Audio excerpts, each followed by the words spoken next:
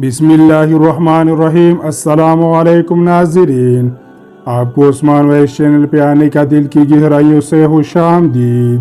قوم سبا پر اللہ کا عذاب۔ اہل سرسار کے ایک قوم جیسے قوم سبا بھی کہا جاتا ہے، اللہ تعالیٰ کی بے شمار نعمتوں کے اندر زندگی گزار رہی تھی۔ یہ قوم ایک عظیم تہذیب و تمدن کے مالک تھی۔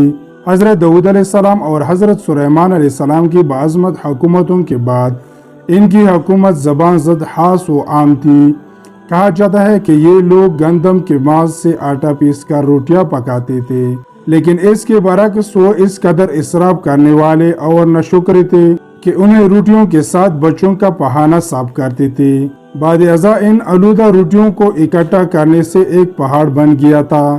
پھر ایک صالح شخص نے وہاں سے گزرتے ہوئے ایک عورت کو دیکھا جو روٹی کے ساتھ بچے کے پہانے کے مقام کو صاف کر رہی تھی۔ اس شخص نے عورت سے کہا، تیرے اوپر افسوس، خدا سے ڈرے، کہیں ایسا نہ ہو کہ خدا تیرے اوپر اپنا عذاب ڈالے اور تجھ سے اپنی نعمت چھین لے۔ اس عورت نے جواب میں مذاق اڑایا اور مغرورانہ انداز میں کہا، جاؤ جاؤ، گویا کہ مجھے بھوک سے ڈرا رہے ہو۔ جب تک سرسار جاری ہے مجھے بھوک سے کسی قسم کا کوئی خوف نہیں ہے۔ کوئی زیادہ عرصہ نہیں گزرا تھا کہ اللہ تعالیٰ نے ان لوگوں پر اپنا عذاب ڈالا۔ پانی جو کہ زندگی کی بنیاد ہے ان لوگوں سے چھین لیا، یہاں تک کہ قحط نازل ہوا۔ بات یہاں تک پہنچ گئی کہ ان کے ذخیرہ کی ہوئی تمام اعضاء ختم ہو گئی۔ آخرکار وہ مجبور ہو گئے کہ انہیں آلودہ روٹیوں پر ٹوٹ پڑے جو ان لوگوں نے اکٹھی کر کے پہاڑ کے مانند ڈھیر لگایا ہوا تھا، بلکہ وہاں سے روٹی لینے کے لیے سب لگتی تاکہ ہر کوئی وہاں سے اپنے حصے کی روٹی لے سکے۔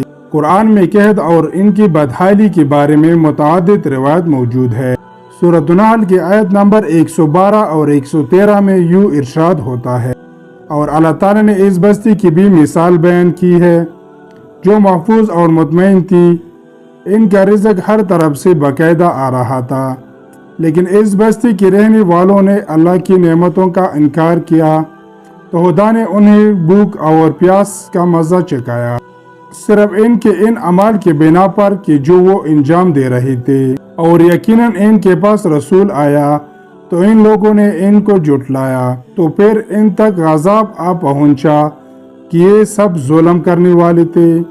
اس قوم سبا کے بارے میں ایک اور واقعہ بیان ہوتا ہے کہ ان لوگوں نے اپنے زراعت کو بہتر طور پر کاشت کرنے کے لیے پانی ذخیرہ کرنے کے خاطر بلک کے دو پہاڑوں کے درمیان ایک بہت بڑا بند مغرب تعمیر کیا ہوا تھا۔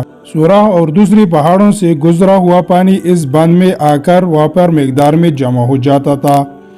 قوم سبا نے اس پانی سے صحیح طور پر استفادہ کرتے ہوئے وسیع و عریض اور بہت سے خوبصورت باغات لگائے اور کھیتی باڑی کو رونق بخشی۔ ان باغات کے درختوں کی شاخیں اس قدر پہلو سے لدی ہوئی ہوتی تھی کہ کہتے ہیں کہ اگر کوئی شخص سر پر ٹوکری رکھ کر ان کے نیچے سے گزرتا تو پھل خود بخود ٹوکری میں گرنا شروع ہو جاتے اور قلیل مدت میں ٹوکری تازہ پھلوں سے بھر جاتی، لیکن نعمتوں کی کثرت نے انہیں شکر کرنے کے بجائے سرمست اور غافل کر دیا تھا، یہاں تک کہ ان کے درمیان بہت بڑا طبقاتی نظام وجود میں آ چکا تھا۔ ان میں سے صاحب اقتدار لوگوں نے کمزوروں اور ضعیفوں کا خون چوسنا شروع کر رکھا تھا، یہاں تک کہ ان لوگوں نے خدا سے ایک احکامانہ التماس کیا جس کا ذکر سورہ سبا کی آیت نمبر 19 میں ملتا ہے۔ انہوں نے کہا، خدایا ہمارے سفروں کے درمیان فاصلہ زیادہ کر دے۔ انہوں نے اللہ تعالیٰ سے یہ التماس اس لیے کیا تاکہ غریبوں، بے نواح لوگ، عمرہ اور ضرورت مند ان کے ہمراہ سفر نہ کرے۔ اس کی خواہش یہ تھی کہ آبادیوں کے درمیان خشکی ہو اور فاصلہ بہت زیادہ ہو تاکہ تئیدس اور کم آمدنی والے لوگ ان کی طرح سفر نہ کر سکے۔ اللہ تعالیٰ نے ان مغرور پیٹ کے بیچاریوں پر اپنا غضب نازل کیا۔ بعض روایت کے مطابق ان مغرور لوگوں نے آنکھوں سے دور صحرائی جو نے مغرب نامی بند کے دیواروں پر حملہ کر کے انہیں اندر سے ککڑا کر دیا۔ ادھر سے بارشیں زیادہ ہوئی جن کی وجہ سے سیلاب آ گیا اور اس بند میں پانی بہت زیادہ اکٹھا ہو گیا۔ اچانک بند کی دیواریں ٹوٹے، اس سے ایک بہت بڑا سیلاب آیا جس میں تمام دیہات، آبادیاں، مال مویشی، باغات، کھیتیاں، ان کے محل اور گھر پانی میں غرق ہو کر نیست و نابود ہو گئے۔ ان کے باغات اور زراعت میں صرف بیر کی درخت اور کچھ جھاڑیاں بچی تھی اور شہلیان پرندے وہاں سے کوچ کر گئے تھے، جبکہ الو اور کووں نے قوم سبا کی کنڈرات میں اپنے گھونسلے بناتے۔